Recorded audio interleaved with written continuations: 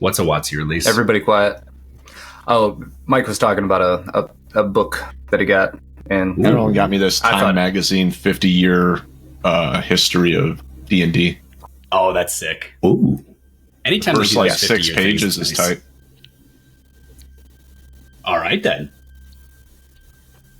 Hi. Happy. welcome to. Hi. Oh, this is the most awkwardly quiet you guys have ever been on a Sunday, and I don't know how to respond to this. Like, what do I do here? It's everything that led up to pushing record.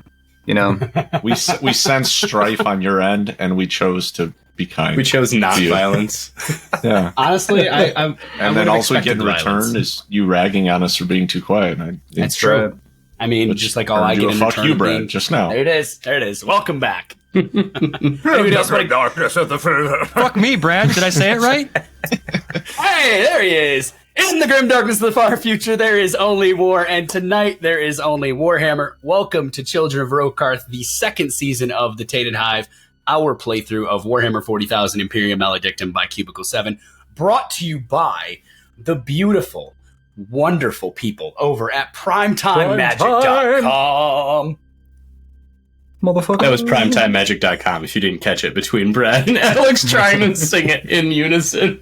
PrimetimeMagic.com. We're working on the quartet here, all right? It's a quintet. Oh, there's 5 of us. Already leaving Carl out. He's right there, man. Come on. Excuse you. Do you not remember season 1? There's only one person at this table who gets left out. But you know who doesn't get left out is PrimetimeMagic.com, where they have all kinds of magic singles and other collectible card games for your purveyance and purchase.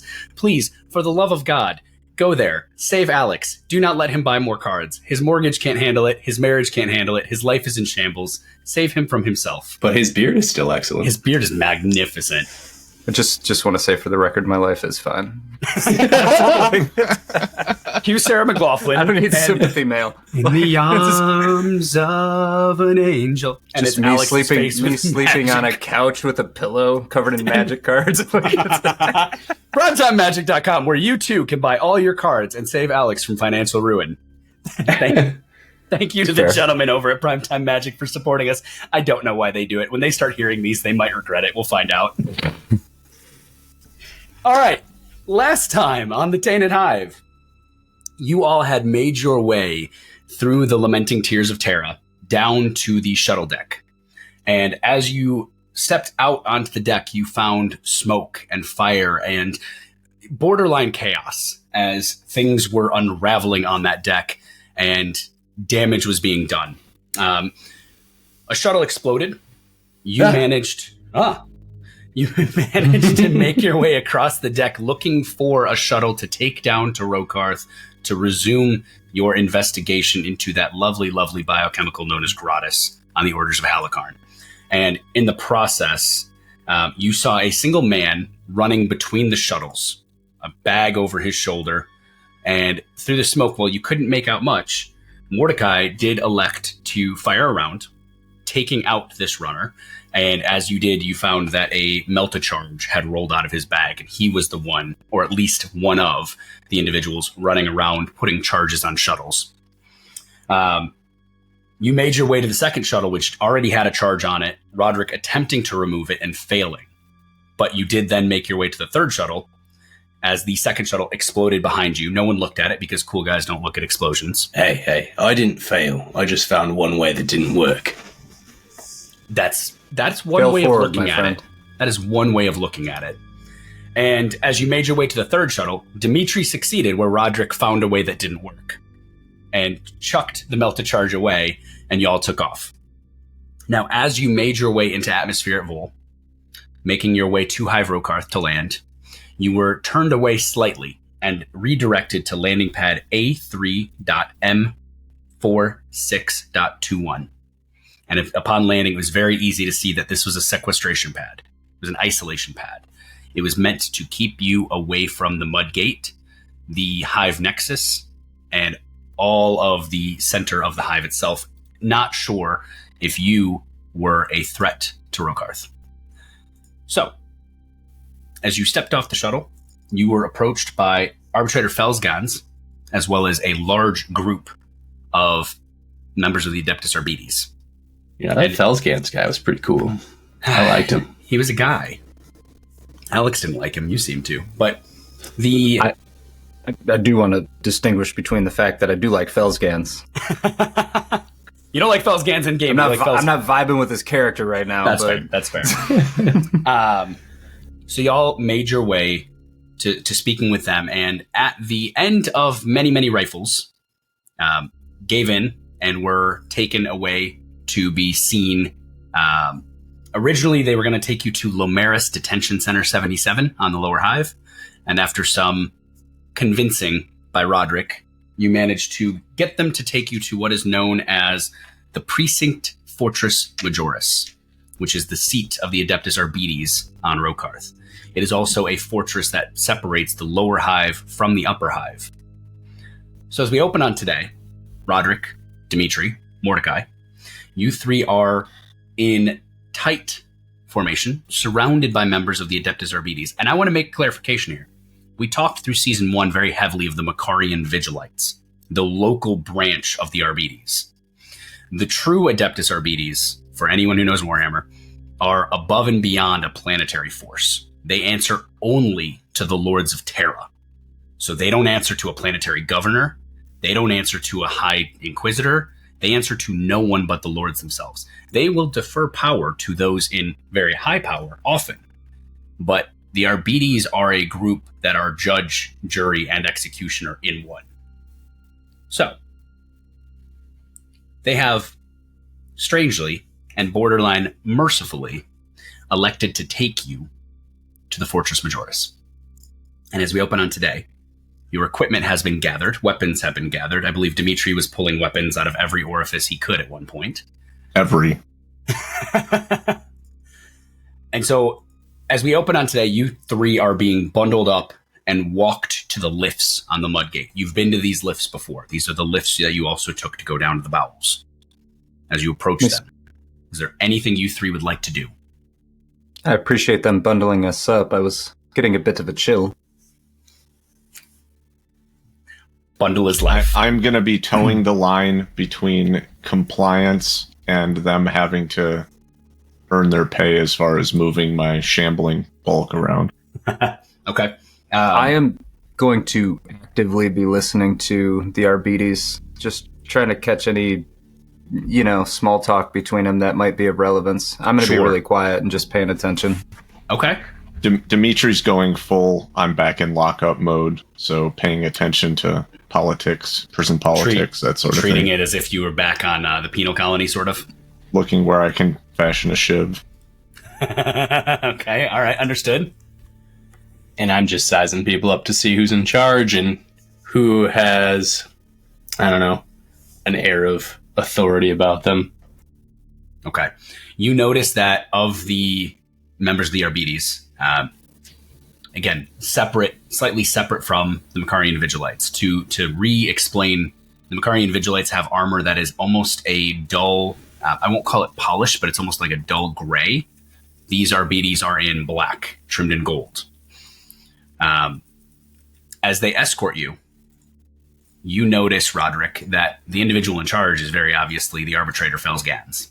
Everyone defers to him immediately. The rest of them don't seem to have a visible pecking order.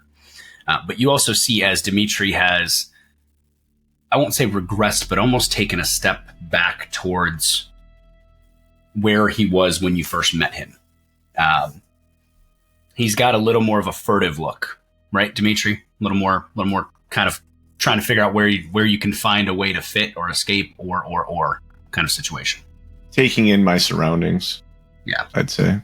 Got it. Are we pretty close to each other? Can I lean over and say something to him? You three are in the center of this whole mass, yeah. Okay. I also want to point out that I'm looking at not just the Arbites themselves, but once we get into the fortress, the people in the cells as well. But I'm going to lean over to Dmitry and say, "Do you got to take a fight, mate? You all right? I can cover for what you." What type of gangers are in here? I don't know about him, but I haven't shit since we left the ship. You smell the same either way. You look fine. So as you're having this conversation, Dmitry, as you're trying to assess, and you mentioned bordering the line of compliance versus non, every time you push that line, this is a very real and very understandable feeling for you. You start to press the line even a millimeter, and there is the rear end of a rifle. There's the rear end of a shock mall. You are getting the jab to the ribs, which you know is that preemptive, you're already pushing it too far note. And that's right as you begin to even toe non-compliance. Okay. What time is it? All right, I get the vibe then. The clock is not updated, but it is currently 5:30 in the morning. You all have been awake and we've been up for all almost night. 24 hours. Yeah, okay. So you started That's what your I was mission. thinking. Yep, you started your mission yesterday, working your way through the ship for the Seneschal, and you have now landed on Vol, basically running on the cups of recaf that you've consumed, and about No ready to fall overtime flat. from Halikarn, of course. Absolutely not. It's the Yeah. Inquisition. There's no such thing as overtime. But they take you towards the lifts that you know. And rather than getting you onto the largest of the lifts, the one that you know goes straight down, they get on the lift slightly offset from it. Still connected to the Hive Nexus, still connected to the central spine of Rokarth. But this one is just as large, and it's the lift you did not take. It is to the east of the lift that took you down to the bowels. It's about 20 feet from the cogitator where Roderick convinced a woman that her nephew was off in the crowd so you could get access to the computer in Season 1. And as you approach this lift, you see ahead of you a very familiar face, very scarred face, bull helmet removed, barking orders, and you recognize Petronilla Vivar, member of the Makarian Vigilites, along with an entire well-armed platoon of Vigilites. There are 24 men and women, and they are not armed with just shock mauls. They have firearms. They have las rifles. They have a couple of them are carrying what appears to be a heavy stubber, which is a big machine gun. It's not a bolter, does not fire bolt rounds, but it is a belt-fed heavy machine gun. Explosives are there. Crates of ammunition are there. The only thing missing are transports. Dmitry, you're looking at this and you can immediately tell based on your background, this is mobilization for battle. Oh, shit. Now, Roderick as a hiver and Dmitry as a hiver, there are only two reasons that local militia, local Vigilites, local Arbites mobilize to this capacity with this amount of weapons. That is unrest. As you watch, they move their way over. And of course. Well, you said two reasons: unrest, and then you moved on. You guys are dicks. There's the unspoken reason, which is corruption. It could be mutants. It could be chaos. Got it. Corruption, yeah. Mutants, chaos heretics, Zinch corruption in general. Could be Zinch. I was trying to get a little clue, a little something. I wanted to say. Nice clue. He's speaking pig Latin, okay? There's only two reasons. Two reasons. So, Wu-Tang. as you look, you see as Petronilla begins to marshal her troops, and as she does, Fells turns from the head of your column and looks over and goes, Vigilante Vivar, get your troop ready to hand down next. There's been another incident. Folks from the Upper Hive have been collapsing with pallid, stringy worms coming from their eyes. It seems they all ate some tardigrade meat from some kind of parasitic infection. It's all coming from those fields outside of Ditch Haven. Go check it out. Fuck no. Report back. And if you see any tainted shipments, burn them all. You see as Petronilla salutes and notices all of you. I'm doing a full-on Jack Sparrow. In cuffs? Yep, just exactly like that. She marches over and you can't... actually, Roderick, Dmitry, Mordecai, give me an awareness sound. Awareness hearing. Ooh, we're off to the races today, sir. Is that another 90 for you to start the day? No, the opposite. So 45 over 31. Okay, so 9 under 1. 51. Ooh, plus 5. That'll be a 69. Nice. Over 45. Not so nice. Okay, so Not so Mordecai, nice. your keen senses from growing up on a feral world, from being a member of the Infractionists, you, between reading lips and listening, we're going to say with the reading lips, I'm going to give you a +1, so you have 6 success levels. You see as Petronilla is speaking to Fells, Arbitrator Fells Gans, at a very low level, inquiring specifically about you. And she's asking why you 3 are under arrest. And he begins to, you can't see his mouth, but you can hear him saying, it's to do with the incident from over a month ago with the combat on the Mud Gate. Left a few hivers dead, a few men of the Hive, a few men of the Fleet dead. I believe it was a big mix-up and problem for your group.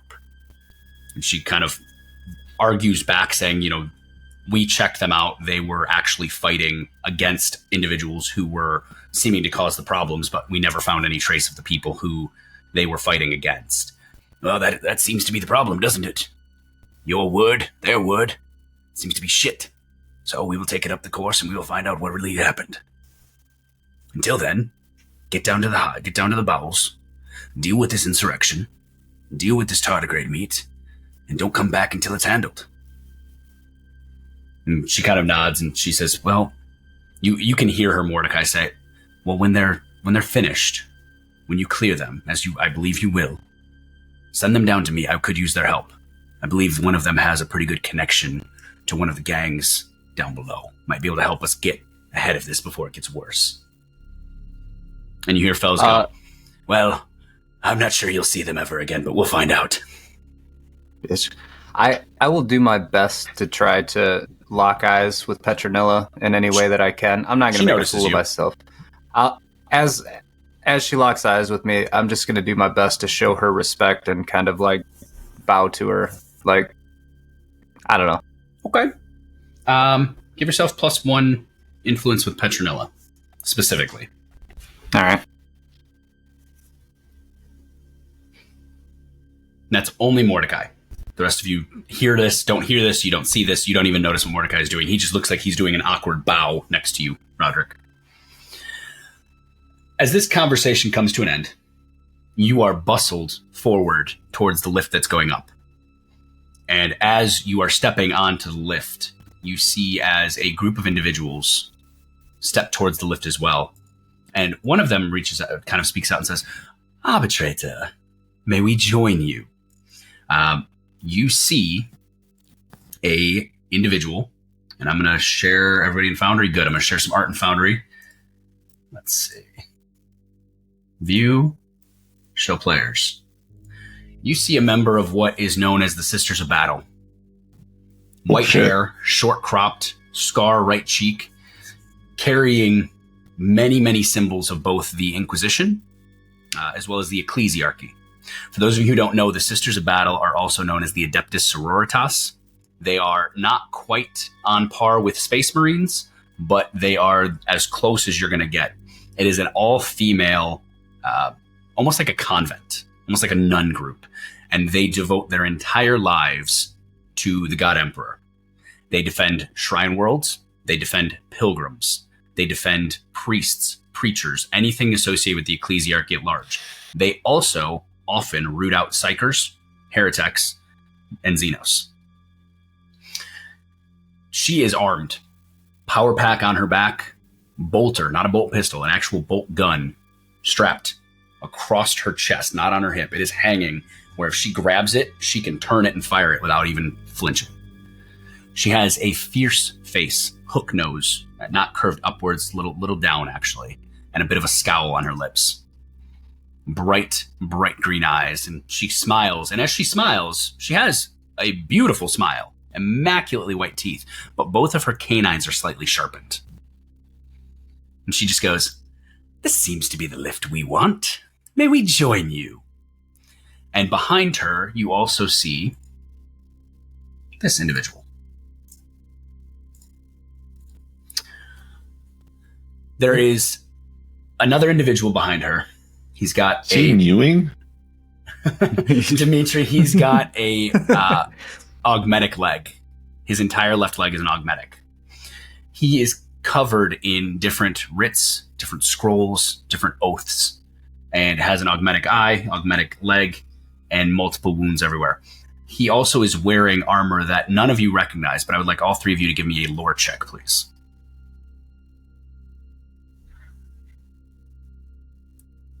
Might actually know something. That's fun. Yeah. Okay. 59 over 37. 59 over 37, okay. 25 under 26. Oh, barely. Dmitry? So that's 2 under 40. Okay. Jeez. Roderick, you recognize this armor, and you know it has something to do with the Adeptus Astra Telepathica, but you can't quite put your finger on it. It doesn't look like you're not able to say exactly what it is, but you know it's part of the Telepathica. Dmitry, you recognize this immediately. They are people you have seen throughout your time in the Guard. They are people you've seen throughout your time in the Hive. This individual and the 3 others accompanying him are members of the Black Ships of the Astra Telepathica. Uh-oh. These are the individuals who collect psykers for tithes. They take them for training, they take them for testing, or they take them to feed their souls to keep the God Emperor alive. He's got a scowl on his face as he looks at the administrator, as he looks at Felsgan's arbitrator, and he goes, I don't think you have much of a choice, mate. We're coming with you whether or not you say yes. Telepathica business. And they both, all 5 of these individuals, step onto the lift with you all. And the lift begins to rise. 30 minutes later, right at the cusp of 6 a.m., the 3 of you are dead on your feet, and you are hustled off the lift into the Precinct Fortress Majoris, also known as the Carapace Rampart. This is not only the Mecca, the bastion for the Vigilites, but also for the Adeptus. It's also the bastion for the Adeptus Arbites. So the Arbites themselves and the Vigilites operate from this space. As you step off the lift, you realize that this fortress is an entire level between the levels. The ceiling is over 20 meters tall. The walls are made of ceramite and rockcrete. There are stamps of the Inquisition, there are stamps of the Ecclesiarchy, and there are motifs of the God Emperor everywhere. As you step from the lift itself, the gates rising, there are 4 heavy bolter emplacements, staggered, 2 down low, 2 further back up high, watching the gate. Each one is manned by a crew of 4. Each of these 4 are in the black armor of the Arbites. They don't even move when you all step off, but you see as the individuals with their hands on the bolters are still tracking you, even as you move forth. The sister looks up and goes, I do love when hives have one of these places. It's so great, such a wonderful place to store a heretic. Arbitrator, where exactly are you taking these 3? Because I think we could use a guide. And Fels looks a little put off and he just goes, taking them deeper into the fortress. Yes, but where exactly are you taking them? You couldn't be taking them to Rokarth's own little Eye of Terror, could you? And when you hear this term, each of you feel your skin crawl slightly. The Eye of Terror is known even to the people. It is the bastion of chaos. It is where all things pour from the warp. So to hear that term thrown out so colloquially and so casually is a bit disconcerting. And Fell's eyes narrow and he goes, why? Oh, because you have a prisoner here that is, he's mine. They're going to say he's theirs, but he's mine. A psyker, they say. Bald, blind, terrifying. I think you've had him under lock with a blank for, according to my sisters, about a week. Maybe 2, maybe 3. Do be a dear. Give me a cup of tea. And bring me this psyker, would you? You see as the guy behind her goes, no, he's mine. He's coming with the Telepathica. He's coming with us. He's going back on the ships. We're sending him off to Tara. That's the ruling of the Telepathica. And she pats her bolter and she says, yes, but the Ecclesiarchy has a different thought. So maybe we should discuss this all. They can come. She motions to you 3. It would be fun, wouldn't you think? None of you have ever interfaced with a Sister of Battle yet, so you have no idea how this corresponds. But you watch as Fels tenses And I would like each of you to give me give me an intuition. It can be either people, group, or single person type, but just give me an intuition check, all three of you. Again with these. That'll be a 23 under 55 for intuition people. Okay. So +3. Beautiful. 55 over 46. Okay. And under 31. Dmitry and Roderick, you recognize immediately this is going sideways. Fells has lost control. Sideways for who? Just You're Fells? not sure. You are not sure, but everything about this is going sideways. Felsgan's shoulders are tight. He is tense, and he looks frustrated as all hell. Well, given that he was kind of pushing for our word being shit, I'm going to flash a smile at this newcomer woman and be like, I like your style. Good. I'd like your style a bit more if I wasn't wearing these, but maybe no. we can work on that. No, I don't think so. But arbitrator, my friend, that cup of tea, if you could, please. And Fells begins to march you all. So, as you have stepped off as this has occurred, the Precinct Fortress is an absolute labyrinth. You walk for the next 25 minutes, winding through pathways. The walkway itself is 10 meters wide. It's massive. It's meant to funnel groups of people. It's meant to allow vehicles. It's meant to allow goods. But there are multiple checkpoints where there are groups of arbitrators who just wave you all through. Others you see are stopped. There are trucks, there are packs. You see as there are a group of 20 people, each with their backs laden like the Everest climbing guides, just laden with goods. A arbitrator and a member of the Adeptus Administratum in front of them with clipboards, just marking through obvious menial paperwork. The size of this fortress is large enough to realize that if it were to be at full capacity with a waiting line, it could take you days to get from the lift that you came from to the lift to the upper hive.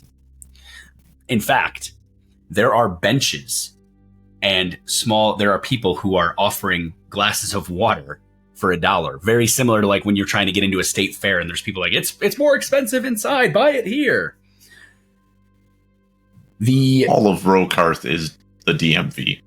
Basically, this whole level is the DMV. That's very with the sloth, with the sloth actually running it as well. Dmitry and Roderick as hivers, you'll know this blatantly. Mordecai, you'll have no opportunity to know this. I'm not going to make you roll, but this is above and beyond any detention center you should see on a planet. This is something different. There's a distinct feeling that while a detention center itself is suitable for individuals who are being sent off to the Mechanicus to be turned into servitors or sent off to the Imperial Guard as members of a penal legion, this is meant for something a little bit higher up.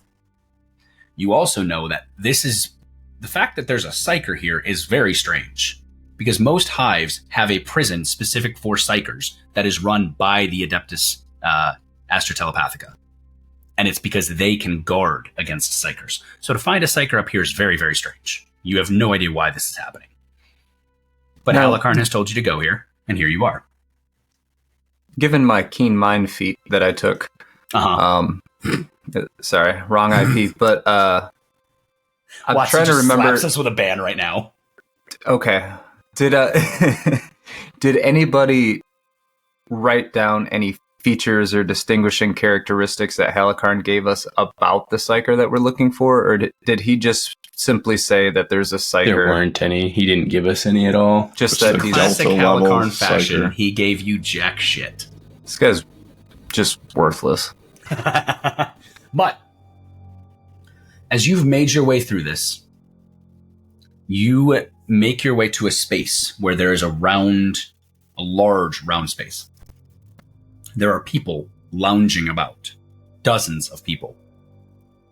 You hear snippets of conversation of how they've been there for a day, how they're waiting to be approved, how they're still waiting for their clearance.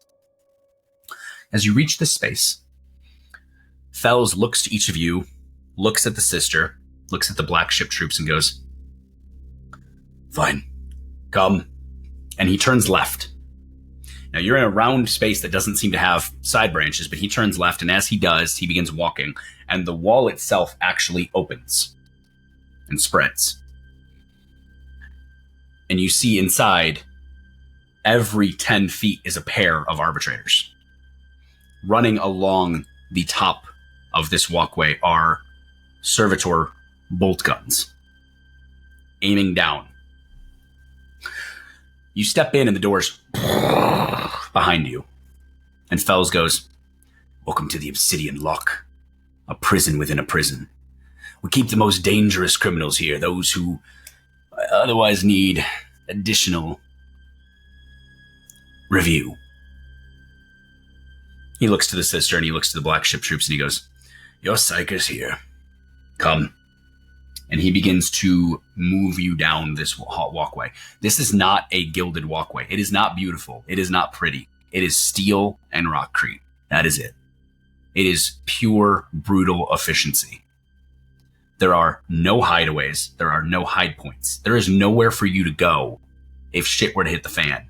And it is armed to the teeth. Over 30 Arbites line this walkway. Again, a pair, one on each side every 10 feet. And it is a straight shot. You take the walk. And at the end, you reach a double set of doors. These doors are 10 foot tall, mahogany, plated in gold. They don't belong in a prison. It does not make sense. Unless this prison is specifically for those of wealth, or those of status, or those from the upper hive who they don't want to push to the lower hive, or something else. The doors swing open, and as you see the doors themselves, they are 2 foot thick with magnetic locks. It'd be damn hard to break open if you had to. The doors, as they swing open, again expose that on either side of the doors here, there's a slight half moon where the walkway ends, and there's just a little bit of space. And inside that crenellated half moon, there are arched buttresses with multiple gun servitors aimed right at you as you walk in. As the doors themselves swing open, you see another servitor. And I'm going to show you some art and foundry real quick. Another servitor walks out from inside. "Credentials," it says, in a flat, monotone voice. You hear Fells go, "Arbitrator Fells, Gans. Adeptus Arbites. Code 621589. We have these prisoners here, as well as some honored guests. Bring us to, let's say room 6, if you would, and have someone grab her a tea." Acknowledged. And the arbitrator, or the servitor, turns and walks away, guides you into this space. The cells that you can see are arched. There are small openings where you can see through the doors of individuals of obvious wealth, high-class clothes. The cells themselves have couches, beds, bookshelves, desks. For all intents and purposes, it looks like a college dorm room. They walk you down the hallway until you come to a cross intersection and you take a right. As you take this right, the opulence is gone. It is back to brutal efficiency of stone. The cells here are not as nice. In fact, most of them don't even have a bed. They are small, square spaces, 6 by 6. And you see as individuals are standing, most often with a shackle around their neck, chaining them to the floor. Each of these is guarded by 2 Arbites. Each cell is guarded by 2 Arbites, whereas the other cells were unguarded.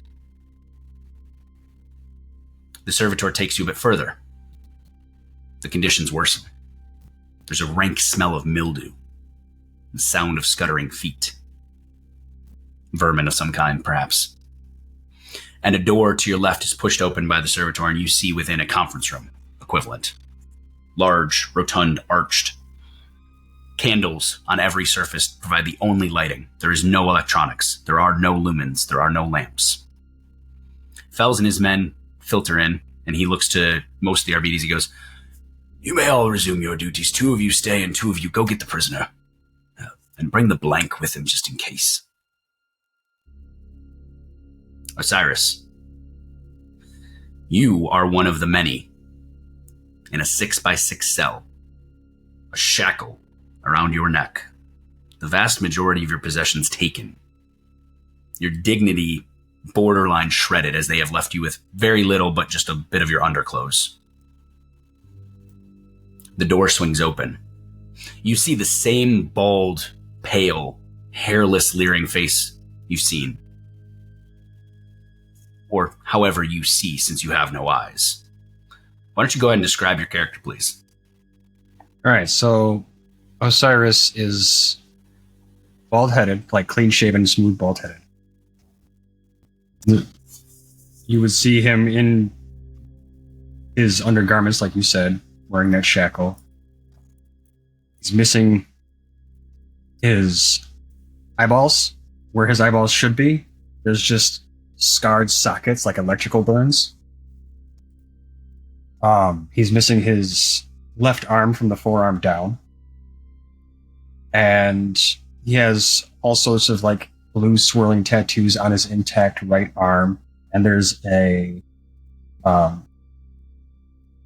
sanctioned psyker brand on the side of his neck.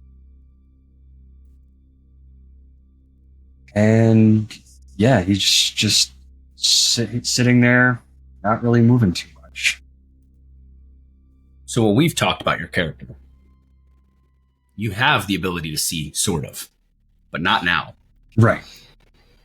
The individual who you see, you had a glimpse of before he got close enough.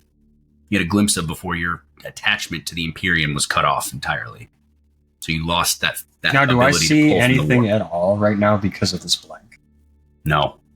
Because your entirety of your vision is based on pulling warp powers, you have 0 visibility to anything. You've been in darkness for weeks. You hear the voice say to you, "Well, we're finally done with you." And the shackle clicks as it is released from the floor. Rough hands grab you under your arms and drag you from your cell. You feel a hiss and a pop as the intravenous hookups that kept you fed and kept you hydrated, essentially, pop from your shoulders. They don't even bother pulling the needles out. They just yank you free. You can feel a little bit of blood running down your shoulder as this happens. You are taken from your cell, and as you step out, you feel that the cell itself, which had a damp, almost as if you were standing in about a 1/4 inch of water at times feel, the stones around you now are similarly damp but not coated in water, almost as if you had to step up slightly to get out of your cell. Your feet hurt. I mean, you've been standing for weeks. You are dragged into a room, set down. Given that you can't see, you are assailed with a multitude of smells. First and foremost, which is a very musty body odor of unwashed Astra Militarum armor. Second of which is the smell, the cloying smell of ungodly amounts of incense. Dmitry, Mordecai, Roderick, you have seen at this point as the sister has lit a censer and is hanging it from the room. And as Osiris comes in, she just goes, "Ah, is this him? Please excuse the censer, but just, you so often tend to leave these men in their filth for weeks. I didn't want to smell that. You,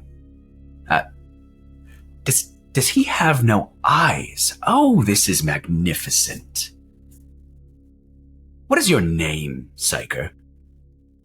I am called Osiris. Oh, good. I love this. The sisters have a need for you, Osiris. See, it seems that you know things in the Upper Hive that we must know of. We must have an understanding of this. There are certain things that you are privy to that our sisterhood must know in order to save those of the upper echelon of this hive. if we were to get you free, would you be willing to help the Sisterhood? This is just hospitalia. Our only goal here is to provide health and wealth to all. He remains silent. I like him. I do believe we don't need the blank anymore. And you hear as Fells goes, no, that he stays. Roderick, Dmitry, Mordecai, you see as Osiris is shadowed 2 feet back by a similarly bald-haired individual. No eyebrows, no facial hair. His mouth is stitched shut. And he just stands there. Oh. We talked about blanks a little bit. They basically, they stop psykers from being able to connect to the Imperium, right? Yeah, so there are 2 different ways that individuals in Imperium, in Warhammer 40,000, are tied to the warp. You are either tied to the warp, which is also sometimes seen as how your soul exists, or you're not. Blanks are terrifying. They are individuals who are so utterly removed from the warp, they have no what's called warp signature, or as others people call it, a soul. They also stop psykers from being able to pull on the warp if they are in their vicinity. The stronger the blank, the larger their muting presence is. Got it. So essentially, a blank for a psyker is damn horrifying, and it's also some of the only ways that you can stop powerful psykers from basically fucking up whatever they want to fuck up. Sick. Mm-hmm. So the space that you're in is eerily silent as Osiris does not answer the sister. A cup of tea arrives. She takes it, takes a very big sip, and just goes, well, it is not as good as the Sisterhood, but it shall do. Here's the situation. We believe that you have mishandled this prisoner, arbitrator. We believe he should come to the Sisterhood. We also believe that we should be allowed to investigate the crime for which he has been warranted, because there are certain inaccuracies within your report that we find alarmingly strange. You see as the arbitrator Fells Gans kind of puffs up and goes, this is absurd. We are the Adeptus Arbites. We do not answer to the Sisterhood. I could execute you here for intrusion. I could execute you here for obstruction of the justice of the God. No, you won't do that. She takes another sip of her tea and she goes, you see, well, we are not perfect. We are perfect in his light. And that includes our rather filthy friend here. Where are his clothes? As much as I have no issue with the male body, he looks, and she kind of Osiris gently touches your ribs, goes, malnourished. Did you just hook him up to a drip? Has this man eaten? Where's standard policy? Yeah. At this, the member of the black ship butts in and goes, now, miss, he's with us. He's coming to the black ships, and he's going to Terra. Fells looks around the room and just goes,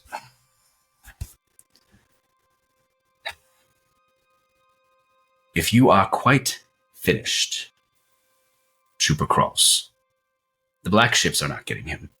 The Sororitas is not getting him. He is mine, and mine alone. He is here under the judiction of Rokarth, under the Lex Imperialis and the Adeptus Arbites grace. We could have and should have executed him weeks ago for what we found him part of. But due to his status and due to his ask, we have held him. If you have a problem with that, you may take it up with Lord Draven, for we are sending him away. But we are sending him back to his lord.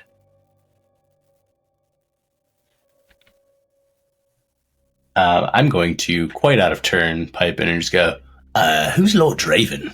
Never heard of him.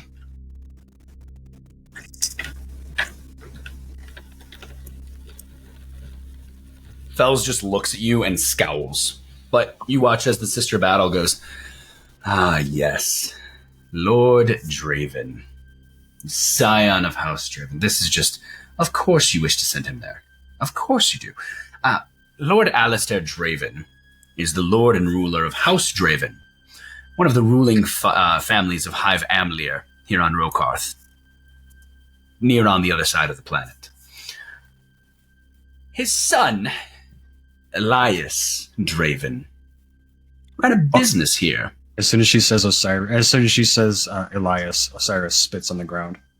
Ah, see, I like him. Tell me, Osiris, what is your experience with Elias Draven? Far too much, to say the least. Yes. But, and please do keep in mind, your life literally hangs in the balance here. Would you be willing to explain any more of your stance and relationship on Elias Draven? Prior to his execution, I've discovered that he was using gratis to meet his tithes. And when that wasn't enough, he reached into the ruinous powers to seek out ways to line his pockets better. As soon as I discovered this, I ended him. Simple as that. You see, this is just a servant of the God Emperor. He is no heretic. He does not deserve to go feed the God Emperor's light. Glory be him. No, the Sisterhood has a use for all 4 of these individuals. I'll be sure of it. Osiris, if ever you find yourself near the Sisters Hospitalier, ask for Sister El Maledictum. Be happy to have you. What was that name again? El Maledictum, Maladut. Also known, if anybody likes little Easter eggs, also known as El Loves Tea. AKA our backer, El. So, El, thank you so much for backing the Tainted Hive and welcome to the game. She looks and she takes another big sip of her tea and goes, right, well, this execution is stayed. Now, he will live. We have use for him.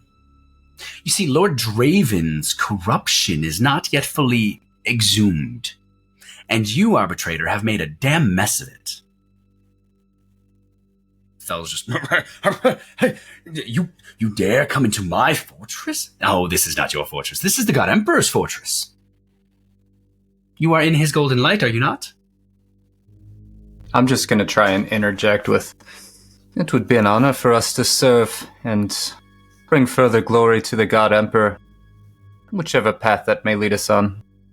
Yes, and why, Arbitrator, why are these 3 here? They are here on charges of conspiracy. Murder, even. I laugh out loud under my breath. Unfounded charges, of course. If that dude has to make a test, could you let me know, please? Oh, he's about to. I will let you know when it happens. And he takes a step back and he goes, Sister L, Trooper Kraus, this is, you are interfering with these situations of the Hive. Dmitry, Mordecai, Roderick, give me a quick awareness sight test, please. Damn 50s, man. 39 36. under 45. +1? 50 okay. under 51. Okay. 36 over 31. Okay, Osiris, you're only not allowed to test yet because you can't see anything yet. I don't have eyes. You don't have eyes. So you all watch as the Black Ship Trooper has kind of begun to stretch his shoulders, and as he does, a piece of his robe kind of falls open, and you see along his neck a tattoo, and it says Deathbringer. Hey, Lightning! On that note, these individuals he begins to kind of reach for some of his weaponry. He says, now listen here, sister. He's a psyker. He falls under the telepathica. It's that simple. And the 3 of them just begin shouting over each other. Fell's yelling that he's going to send Osiris to Draven. L yelling that the Sisterhood wants him. Deathbringer, aka Trooper Kraus, yelling that he is the property of the Astra Telepathica. Basically, they're not even speaking of Osiris as if he's a person. They're speaking of him as if he's property at this point. How close is that blank still? 2 feet behind Osiris. And how close are we to the blank? Are we off One on the zone. side of a room? It's all treated as one zone. It is a semi-conference room style space with a large table. And is anybody keeping us in the location where we're standing? Fells was. He is very currently distracted. However, you do know that there are 2 members of the Arbites who are still behind you. I'm going to look over my shoulder. I'm going to give him like an eyebrow raise, like Mom and Dad are fighting. And I'm going to look at one of them. Who are you giving the eyebrow raise to? The Arbites behind me. Got it. And then I'm just going to kind of look at him and go, I'm pretty sure he said that blank could go. Maybe somebody else should tell him again. I don't think he heard us. Just saying. Don't listen to me, maybe. I'm just here with my cuffs on, but... Give me a report deception.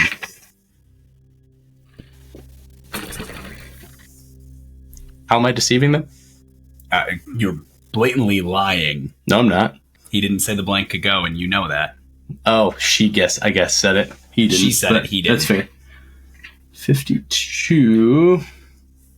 52 over 40.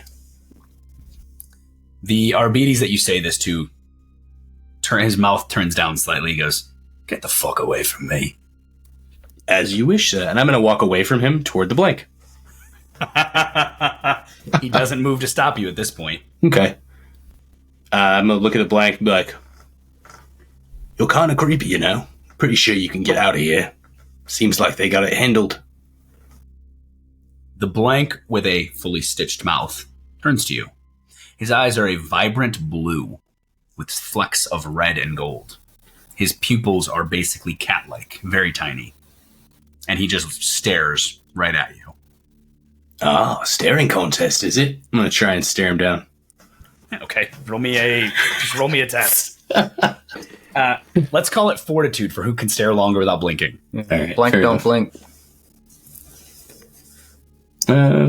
Fortitude, huh? That'll be a 49 over 32. It's better than his 71. He blinks fairly quickly and just doesn't seem to give a rat's ass that you're trying to outstare him. As soon as he blinks, I go, ha! Roderick Wrangler does it again. Did you all see that? I don't even care if I'm interrupting their little quabbling fest over there. The 3 of them stop quabbling as you hear fellas go, "Get away from that blank."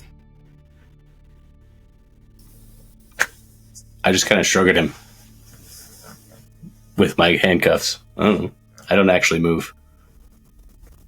Okay. You see, as you kind of shrug at him with your handcuffs and you don't move, he goes, and he snaps his fingers, and one of the arbitrators walks over, grabs you by the scruff of your cloak, and just starts yanking. Okay. I gotta just stumble along with him. Okay. God dang class clown. Gonna get everybody stuck in detention. Nah. At this point, the squabble has stopped. And you see as Fells just goes, "Look, I understand the situation and the position of the Astra Telepathica. I understand the situation and the position of the Sisters Hospitalia. This is not my decision. This was made by Lord Draven. He is bringing back his psyker. It is that simple. The Inquisition, the Telepathica, the Sisterhood, whoever other organization may take it up with him. It is handled. It is done. There's no other thing to be said." I'm going to raise my hand a little bit. Yes. Does Lord Draven outrank the God Emperor? Just wondering. No one outranks the God Emperor, however. So, if the God Emperor wants this done, perhaps you should listen. Just saying. Could strike you down any moment. He looks at you with a look. You can't see his eyes because he's got the Judge Dredd mask, but his mouth scowls with very visible irritation. And I'm going to say, are you not faithful, sir?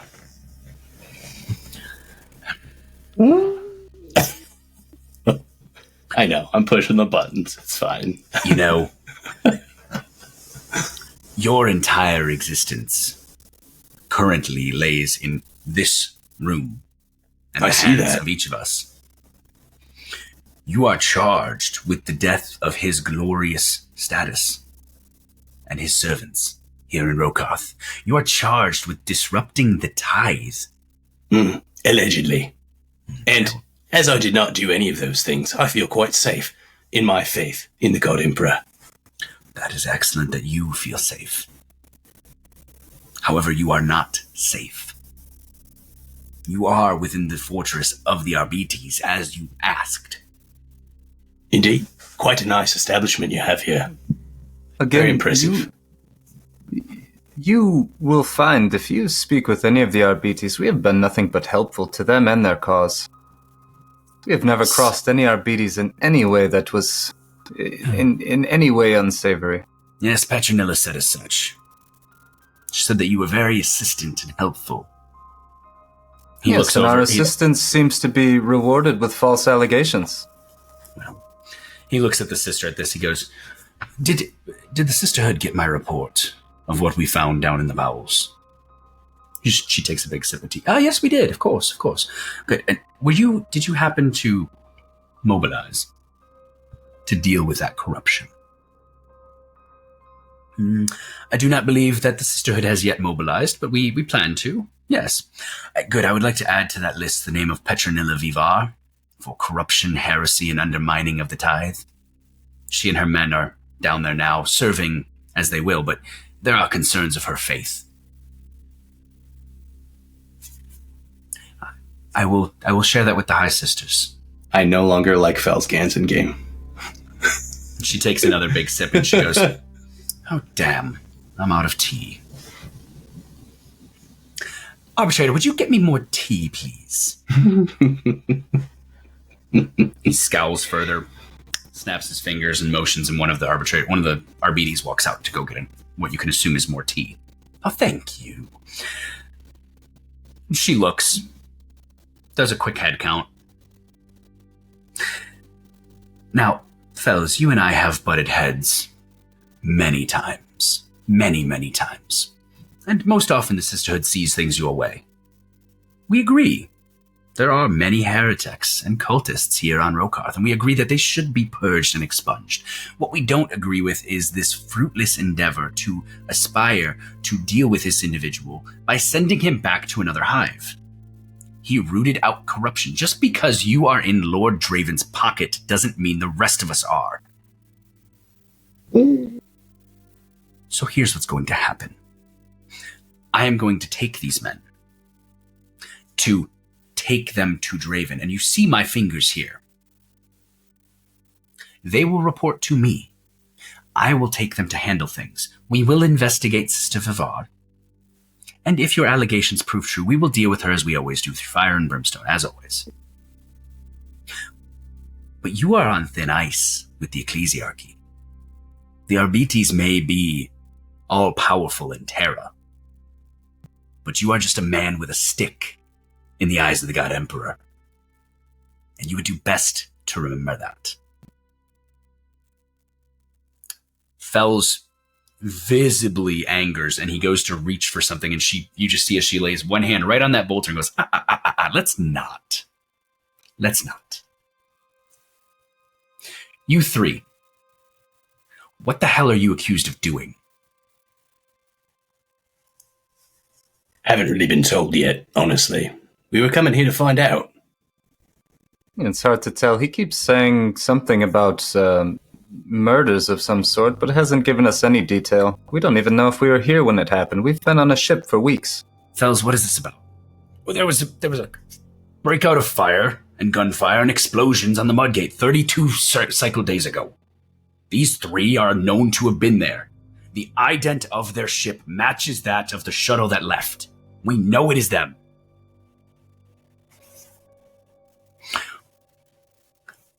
Arbitrator, you are saying that these three were in a shuttle that left Rokarth with an ident number from a firefight that left members of the Hive dead, and they returned here with the same ident number on the same shuttle. We are particularly dumb, yes. She kind of laughs at that and she goes, the Militarum has a reputation to uphold, that is true. Arbitrator, are you an idiot? Oh, hell yeah, let's go. And he just bristles and he goes, excuse... No. No. She motions to Dmitry and she goes, this one. And Dmitry, you're still wearing your bandana at this point. She reaches over, grabs your bandana and pulls and goes, he was in a penal legion. Obviously. Did you even bother to run their files? He's in the system. He served in the military. Look at his apparel, you fucking dolt. Roderick is actually laughing out loud right now. He is so happy with this. I'm gonna thumb under my my shirt and pull up my. I assume they have something like dog tags. I'm gonna pull that up and just blink. So your tags, having been penal legioned, are blacked out. The name still shows, but you have the penal legion tag, where instead of being the standard silver, it is a blacked out with a red bullet puncture through it to mark you for death. Straight. And she looks and she goes, fellas, you are very good at your job, and you are on the wrong path here because of Alistair. We all know what his son did. He knows. He can't even see that I'm pointing at him, but he knows what he did. Can we at least discuss this rather than just sending them off to Alistair? Because you know what happens if he goes to Alistair. The black ship will seem like a fucking mercy. It's done. It's done. And at this, you see as Deathbringer goes, actually, it is done. I said I was here for the Astra Telepathica, and I am. But we're going to be waiting for him at Hive Avenir. So, tick-tock. Tick-tock. Tick-tock, Drew. And you'll have to tune in next time to see what happens next. So much power play happening. Roderick, you love to piss off people in power. I do. Also, fellas, I'm so sorry. Your character was pre-written like this. You're not actually an asshole. We love you. Your character's kind of a dick, but you're not. This character in-game for sure is a dick. He started. There's a whole roller coaster. He starts out real nice, and then you see the back end get murder done on listen, it. That's all I'm saying. Being anything but a dick in this world is pretty difficult. So exactly, that's exactly it. And I mean, you think about it. He's a member of the Arbites. His job is to keep order, and then you find out he's got ties to a lord of another hive. Like that was why I called out at the beginning. The Arbites don't answer to the lords; they answer to the lords of Terra. But that doesn't mean they don't have to play politics. Sounds like there's a bit of a conflict of interest here, bud. Potentially. But where we're going to find out next time is you guys still got to get Osiris and get free without ever letting anyone know that you work for Halikarn. And the clock is ticking because now you know what waits for you at the other side. Yeah, it'll be all right. Really wish Halikarn wasn't so shy. I know. It'd be great if you just let me flaunt some power. But with that, thank you so much for tuning into the Tainted Hive. Thank you to our sponsors over at PrimetimeMagic.com for continuing to support Season 2. If you like what you heard, head on over to our website. Oh, gosh. Website. Hell yeah. We didn't have one before, but where we wed ourselves to PrimetimeMagic.com. We are married to PrimetimeMagic.com. But head over to our website at DeadSunsCo.com. Check it out there. You'll get access to all of our socials. You can find our reviews of different Cubicle 7 material as well as others. You can get access to the entirety of our Daggerheart beta playthrough.